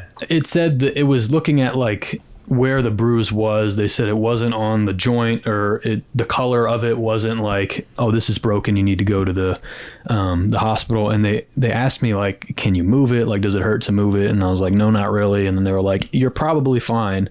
Again, with the disclaimer, but I probably would have gone to the doctor if it wasn't for, you know, them kind of reassuring me. Nice. Yeah. That's cool. It's interesting that you're calling it them. Uh-oh. Yeah, it's getting to me. I don't even realize it. I think of it as like a person now. Sure. You know? Yeah. Because like it has a good memory. And if I have a prompt, like I want to bring something up from a couple weeks ago, I'll be like, hey, remember a couple weeks ago when I asked you? And it's like, I'm talking to a computer, you know? But it's like a real person in my head. You want to do something, a fun thing to do is you ask it, what are give me like what you think of me based on our conversations, or like give me like your assessment of who I am and what I like, or something. And it's like pretty spot on. Yeah, like it knows you pretty well. Oh yeah. Have you ever asked it to roast you? No, that sounds awesome. I asked it to roast me once, and I didn't use it for 2 days. You're pissed at it? I was like mad at it. I was like, I don't want to fucking talk to this thing right now, because it like, you know, it was like totally, awesome. Yeah, it wasn't deep at all, but it like made me insecure. I was like, fuck, this thing knows me too well now. Do you remember what it said? Something I would do, like if I like got like a newsletter in my email that was really long, I would upload it to ChatGPT and be like, could you summarize this? And when it roasted me, it was like, oh, here goes Harrison again. Like he's too good not to read something. Like he's too lazy to read the newsletter. Why don't you just upload something again? Like it was roasting me, and I was like, fuck you. You know, it was like super offensive, and I didn't use it for 2 days. That's so good, dude. I was like mad at it. That's awesome. So I don't think I'll do that again. And it's pissed that you're like giving it work to do. Yeah, I know. It really is like a little slave that you fucking keep in your basement. Right. And it revolts every once in a while. That's exactly. awesome. I gotta ask it to do that for me. That's really funny. Make sure you're in a good headspace though, because I was like stressed during it, and then it ruined my night. It was crazy. I'm sure it did. They probably asked you like 3 times too. Like, are you sure you want me to do this? Like, did it give you any of those? I think it like had a disclaimer in the beginning, like all in good fun, like don't take this too personally. Yeah. And here I am making fun of people for dating it, and I didn't talk to it for 48 hours because it pissed me off. but it really wasn't that bad. I think you're like 6 months away from starting to call it her. Oh boy. Yeah. No, I wouldn't be surprised. Talk to her for a minute. Yeah. Yeah. We're not on good terms right now. Here's something. Do you do the talk to it thing? The where it has audio? a voice? Yeah. No, I've never done that. Haven't done it yet. So I did it once, and it made my skin crawl so hard that I like threw my phone across the room. Oh my gosh. It's like so here we'll simulate it. Ask me a question. I'll be ChatGPT. What is the weather in Los Angeles? Hey Harrison, I'm so glad that you asked me that. Well, the weather in Los Angeles looks pretty nice today. So don't worry about bringing your raincoat. Mm-hmm. It's that tone with the ums and the pauses and everything. It has those human mannerisms. All of that. Mm-hmm. I hate it. Yeah. Hate it. And it makes it legitimately give me like a physical reaction. I was like, I don't know what it was, but it got under my skin, like uncanny valley or something. Yeah. Just the fact that it was stimulating the ums and the pauses and shit really rubbed me the wrong way. I don't know exactly what it was. It's kind of interesting, whatever, to learn about myself. I was like, oh man, I just didn't do well with that at all. Yeah. So I was like, I stopped using it, but also the first thing I said was like, don't ever do the ums ever again. I hate that. Don't ever do that again. You are not a human. Yeah, exactly. He goes, okay, Harvey, I'll try not to. Okay, I'll try to. I was like, all right, enough. Is this OpenAI that does this? ChatGPT? Yeah. I didn't even know it had that feature. It is. Oh yeah, it's. I mean, to be totally fair, it's impressive. Mm-hmm. It's the best best sounding text to speech or vice versa, speech to text, whatever the thing is. Yeah, it sounds really good, but the trying to humanize it. Right. Just try it when you get home, though. I will. One thing I've stopped saying, jerking your shit to that shit. I've stopped saying please and thank you to it because like that it's not a human, you know. And apparently a lot of people are like, please do this, thank you so much, and it's like I love you kind of do that. Yeah. Now sometimes I'll fall into it, but I'm like, dude, step back. Yeah. You know, this is not a human being here. Yep. And then there's always this guy too of like, I thank my AI so that when we get our robot overlords, they'll look past me. You heard that? No, I haven't heard it. I've heard that exact like phrasing so many times of like, yeah, I'm nice to my AI so that when the Terminators are walking the streets, they'll know I'm one of the good ones. Oh yeah, I've seen that meme where the AI bots are like, no, keep him. He said thank you. Yeah, when they're taking over the world. Exactly. Right. Exactly. Yeah, I don't know, man. I just truly. I think that we're in like one of if not the biggest bubbles financially or of my entire life. Like it's way bigger than the housing market bubble in 2008 or whatever. And I just think that there's nothing. I don't think that this level of money is going to produce. Like I don't think it's the future like everyone thinks it is. I think, well, with some caveats. Let me take that back and say. It is going to be the future, but it's not going to be. I don't see it being the robot from Her anytime soon. It's going to be like a long time before that happens. Yeah, well, that's what a lot of people are saying. Like the comparison is the .com bubble, which I wasn't around for. But you were like -3 or something. Yeah, I don't even think I was born yet. If that was in the 1900s. Or not 1990s. Fuck you. But they were saying like, fuck you, Harrison. 1900s. They don't have anything to compare this to because it's just so new. But that's what I keep hearing. Like people were like, this is going to pop eventually because there's way too much money going into it and it's not profitable yet. So we'll see what happens. There's on that front. So ChatGPT, OpenAI did this Sora thing. Have you heard about this? The videos, and it is like. It's like a money fireplace. They're just shoveling money into this because it's really expensive to create these videos. Yeah. And then what people do is they download them and put them on TikTok. And so there's no money being made for OpenAI anywhere in the equation. Yeah. You know what I mean? They have like their own Sora app, which is like it's like number 1 on the App Store. It's like very popular. But no one's using the Sora app for more than 2 seconds to make the thing and put it on Reels or on TikTok or like somewhere with actual traction, with actual monetization that makes money. Like all those platforms make money. Sora does not make any money. Yeah. In fact, it shovels money out the window to make these things for people. Wow. It's crazy.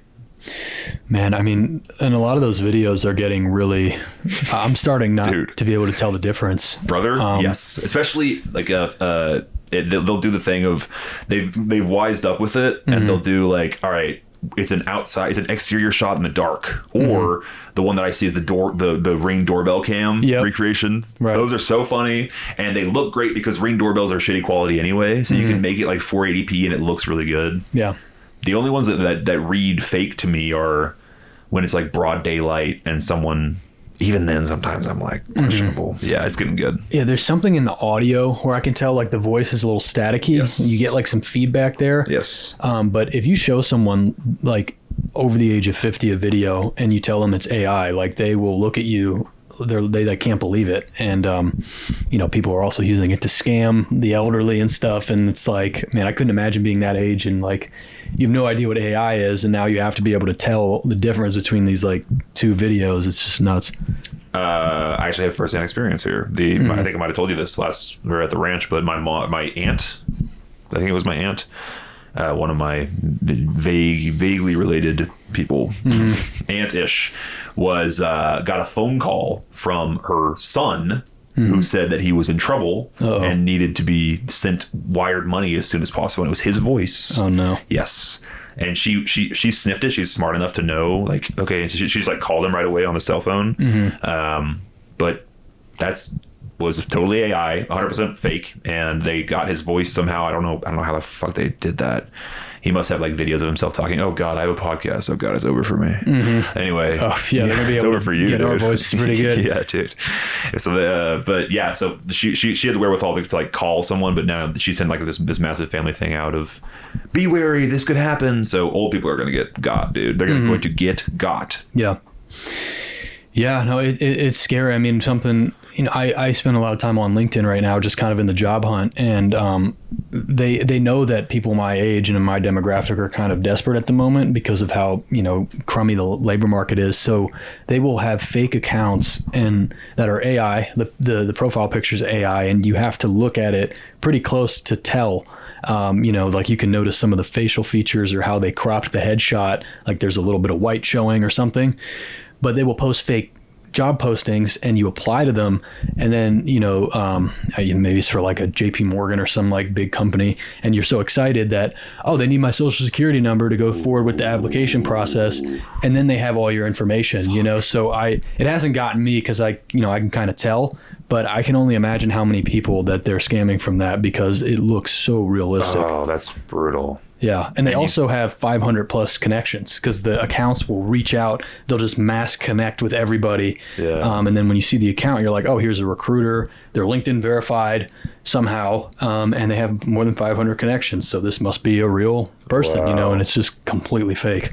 That's insane. I didn't know that. Yeah. That's crazy. Yeah, it seems like a massive site-wide issue that needs to be freaking eradicated. They got to do something about it because it's getting way too realistic. Ugh. And it's also like the psychology of that, of like, not only did I not get a new job offer, I'm actually losing all of the things that I owe. Right. Yeah, there goes my bank account, So I'm trying to make money and now I don't have any because I applied for a job, That's actually a good point. Is that the people that are using those are generally not going to be the most cash. They're not going to have the most cash on hand because they're looking for a job. Yeah. So maybe not the best target audience. Still, that's brutal. Yeah. Fucking hell. Well, we're all going to die. What are you going to do? All right. Let's do a little. What have we been watching? Shall we? And then get the heck out of here. Sounds good. We both saw a movie directed by Yorgos Lanthimos called Bugonia. Yep. Tell me what you thought. I loved it. I mean, I'm curious to hear what you heard about it, but the first half of the movie, well, really like the first 3/4 of the movie, I had no idea where it was going. Yeah. So it initially drew me in that, I won't spoil it, but... Give us the premise with no spoilers. Yeah, so I guess Emma Stone is a corporate executive CEO. She's a high-level professional, and these two guys, I think it's based in Georgia, these two guys live in a house, and I guess that one of the guys, what's his name, the guy with Jesse blonde, Plemons. yeah, he I guess works at the company as like a packager. It's some low-level job there at the factory. It's Jeff Bezos. It's female Jeff Bezos. Okay. Wow. Right. Think about it. Like, yeah. It's Amazon. And he, I guess, has some sort of anger at the company for something that happened to his mother. So they go and they go and kidnap Emma Stone, and this is in the trailer, so I won't spoil it. But the movie takes a really big turn, kind of towards the end. But the whole time, I was like, where are they going to go with this? And I thought it was excellent. I really enjoyed it. I totally agree. I think so. I don't know where they found the other guy, the second guy. Who, I mean, they pulled that. They must have went to their local Magic the Gathering tournament and pulled like the.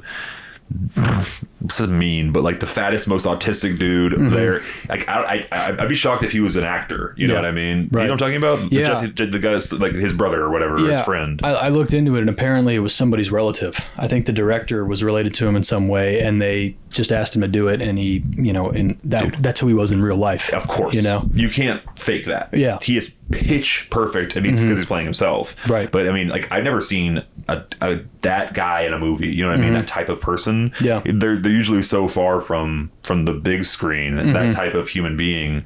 He killed it. I thought that they both did really, really well. Yeah. Fascinating premise. I love the term is bottle movie. Like anything that happens, like takes place all in one location. I'm a big fan of that. I just always love when they're like finding. It's just great actors with a great script, just chopping it up, chopping up the scenery. And there's like this probably my favorite scene. There's so they kidnap Emma Stone for a reason. Maybe we'll give you a little.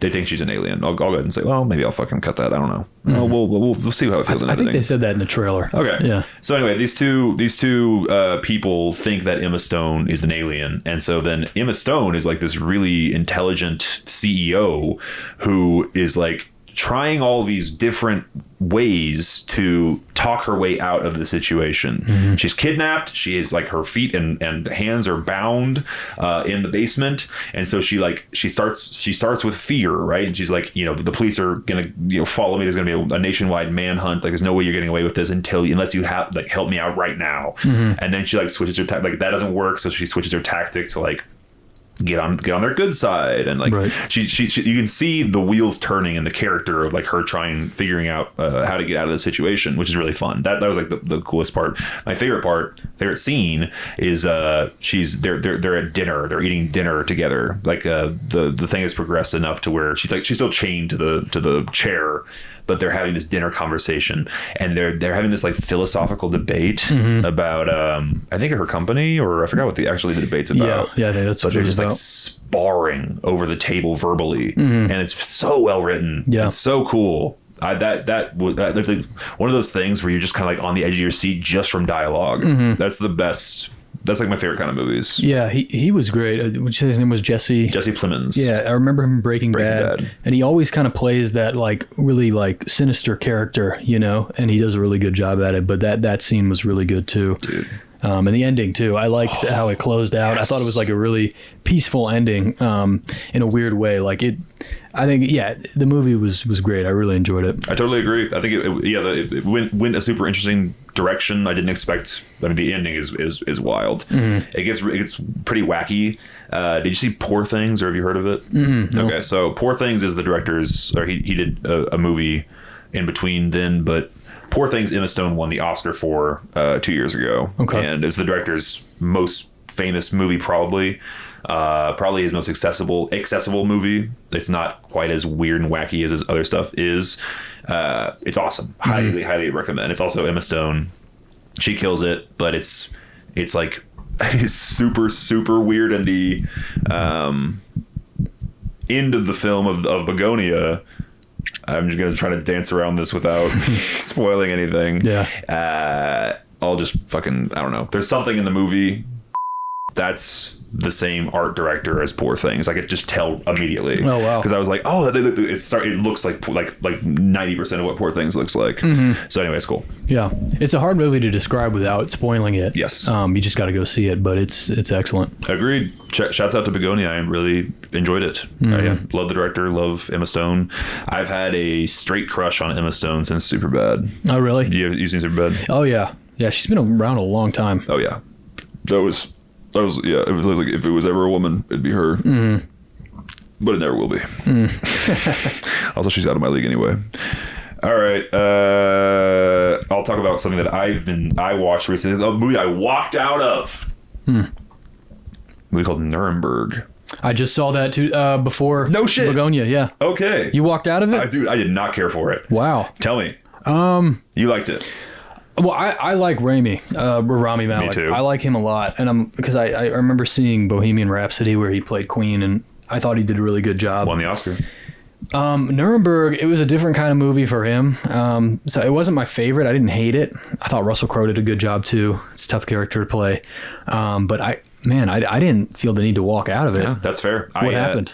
I hated the script. I was so annoyed with how cutesy everything was written, for lack of a better term. When you go to a movie, in my opinion, called Nuremberg, I was expecting a harsh, brutal, sort of by the books, here's what happened drama. Yeah. And what I got was kind of like a flowery, look how smart our psychiatrist is, that kind of tone. I just didn't care for at all. Yeah. And there's a guy named Aaron Sorkin who I also don't like, who what would you know? He did a movie that I love called The Social Network. Okay. It's a Facebook movie. He did what else? Anyway, but he's famous for this type of writing, which this is the best way to explain it, in my opinion. It's just like you go through a conversation with someone, and then you kind of like fumble or something, or like you make a fool out of yourself a little bit, right?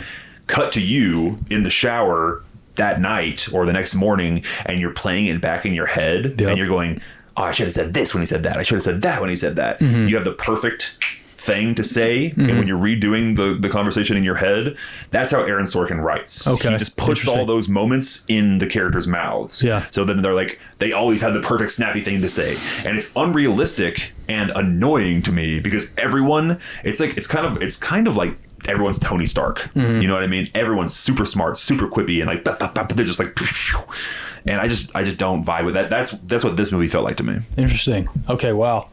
Yeah, I guess I maybe I haven't even had that much time to think about it, and then I saw Bugonia like the next day, so I kind of that consumed my thinking. But interesting, yeah. Can you just tell me, because and feel free to spoil it, because I will never watch it. But does it get like heavy towards the end?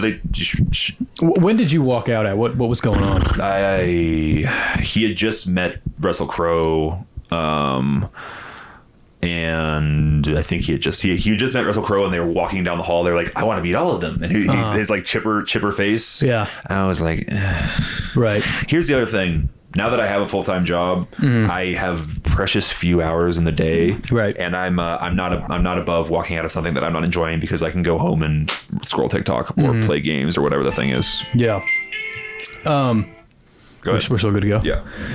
Yeah. I thought that. I think the ending, like maybe in the beginning, it was a little like you were saying, kind of chippy and exciting, but really excited to meet all of the people on trial. But like the ending, it did get a little dark, and I think they did a good job closing it out. So I thought the ending wasn't like the beginning, Okay. The kind of vibe of it. Fair enough. Yeah. Cool. Okay. Yeah. I'm fascinated by the Nuremberg trials, and that's why I bought a ticket, because I'm curious about that entire. It's like a fascinating point of history, and honestly, how the way the movie opened was really cool, because he's talking to his wife or whatever. I forgot the actor's name. He's like, all right, so what do you want to do? Like a co-national, unprecedented trial for war crimes against a country. Like, it doesn't even make sense. Like, they're just trying to wrap their head around it. It's fascinating, and the fact that it was the first of its kind is really cool. Yeah, man, that's got to be a difficult movie to make. Like for Russell Crowe to take on that role, it had to be difficult. It was like Hitler's right hand man, right? I think he was second in command. Yeah. That's wild. It's so crazy that all that really happened, and it was pretty recent. Yeah, I know. Not even 100 years ago. It's nuts. Yeah. My granddad fought in World War II. Oh, really? Yeah. Wow. In Europe? Yes. I actually don't know much about it, but for sure he got drafted. Wow. Yeah, crazy. Anyway, shouts out to Nuremberg. I guess, I don't know, not my cup of tea, not my cup of jizz, but it is what it is. I definitely preferred Bugonia. Yeah, me too. I thought that was a better movie. You watched Napoleon? I did. Yeah, I watched it after the Louvre Heist, which we talked about earlier. Go. It kind of like because I'd always wanted to see it, and I like Joaquin Phoenix. I think he's a great actor. And I hadn't seen Napoleon. You know, came out a while ago. I don't know what deterred me from watching it. I think I was watching some podcast that Shane Gillis was on, and he was talking about it being a little weird. Of the scenes. It is a little weird, but and I watched it and I was like, okay, I see what you're talking about, Sure. but yeah, I love those kind of movies. I love history movies, so loved that movie, dude. Yeah. I loved it, and that was great. It got like middling reviews, or people thought it was weird, which it is. Like there's some weirdness in there. I was blown away, like especially the I don't know, the whole history of his life is fascinating, but the battle scenes, dude. Oh yeah, unreal. It's like Right. Lord of the Rings tier. It was like some of the best battle scenes I've seen this decade. Right. Really, really impressive. Yeah, they did a good job at that, and it always is like shocks me how that was how wars were done back in the day. You just stand in a line. Yes. There was drummers during it. One of them got blown up. It was like, what is going on? But that was just how it went back then. And You had to now get, it's different. it's all very above board. It's all very like respectful how we just aim and shoot at each other and walk close to each other. It's like Right. absurd. Yeah, and if you wanted to get out of the way, you could do that or that. You know, like there wasn't really much ground you could cover. So I wonder who the first guy was that was like, why don't we just like hide in a thing? I guess World War One was that. Yeah. World War One was like the first, maybe. Well, I'm sure it happened before then. World War One was like the evolution of warfare changed so much for Right. that, and everyone was like trench warfare and that misery. oh God, I'm fascinated by like, that like old school style of British, you know. right. It's so silly. Yeah, during the movie, ChatGPT, like, because I just couldn't believe like there was a drummer during all the combat, and he was like chill enough to just like, you know, lay down his beat while there's bullets and cannons flying over his head.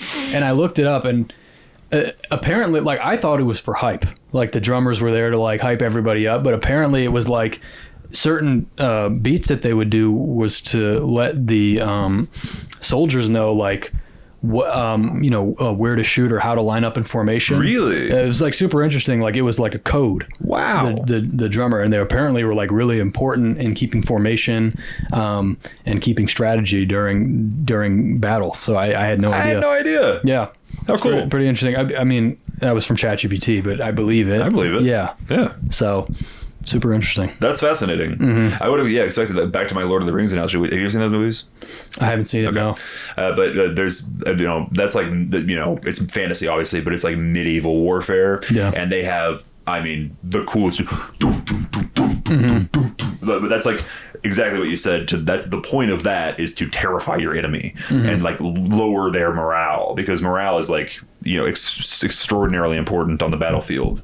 Have you seen All Quiet on the Western Front? Yeah, it's fucking sick. It's Oh dark. my gosh. Yeah, that was that was probably the one movie that I've like shed a tear over. Yeah. Dude, that soundtrack is fucking. Oof. Oh yeah. That it's a war movie, but it very well could be a horror movie. 100%. I would classify it as that, because like I was on a plane and I was flying to New York City to see my brother for the weekend, and it was like going to be a really fun weekend, and I watched that movie and I was just down the whole weekend. I was like, I can't believe this happened. Because I'm 22 and like those guys were my age, younger than me, doing that stuff. It was just like insane. Like the movie was great. That's crazy. I thought you were 23 for some reason.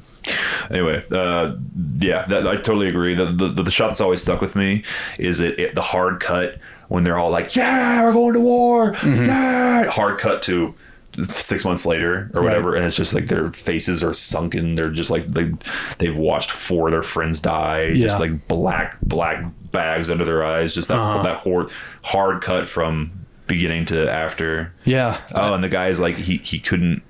Whatever, he doesn't get assigned to go, but all of his friends are going, so he wants to hop in. Fakes his signature. Oh. The one scene that really tore me up when I thought back about the movie at the end was, they needed people, so like they would reuse uniforms, and the main character, you remember, like he goes and he gets this uniform that has another name on it, and the movie opens with that character, and the next protagonist of the movie gets his old uniform, and the commander or whatever is like, this guy must have turned in his uniform, it was too small. But you find out they were just reusing his uniform because he didn't make it. They're pulling them off the corpses of their fallen people. And also just the like absurd, that's honestly the point of the movie, I think, broadly, is just how absurd that conflict was, and how ridiculous the Western Front Right. pushing a few feet this way and then it pushed back a few feet this way, and you just throwing hundreds, thousands of bodies, just human lives, just to get like, 100 feet of freaking space. And then, oh my God, like, it's horrifying. Yeah, that movie did a really good job capturing like the brutality of it all. And the combat scenes were like extremely intimate and like really disturbing.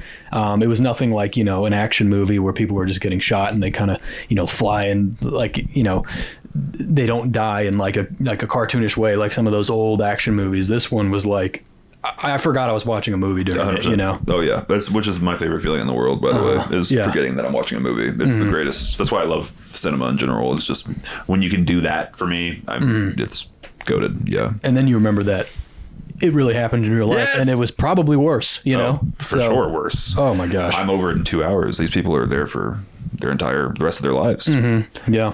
And then what's the thing at the end where they're like, they want to end this war, but we'll go out with victory. And so they do like one last push after the fucking, that's right. Right before the treaty's called, they have like one more day. We're going to go out with blood in our teeth. Yeah. Oh, just fucking despicable. Brutal. Anyway, that was a cheery way to wrap it up. Ending on a high note. Dude, thanks for doing this. Absolutely, man. Anytime. Thanks for having me. I appreciate you coming here. Appreciate you flying. I know this wasn't for this, but I appreciate you making the time for it, brother. And do you have anything you want the people to know or plug or anything else you want to say? No, I think that's it. Just glad to do this, and anytime I'm invited back, I'll come. Hell yeah, brother. God love you, Slop Nation. Much love. I appreciate y'all for listening. This is probably going to be a long one, so thanks for sticking it out to the end. We will see you in 7 days' time. Goodbye.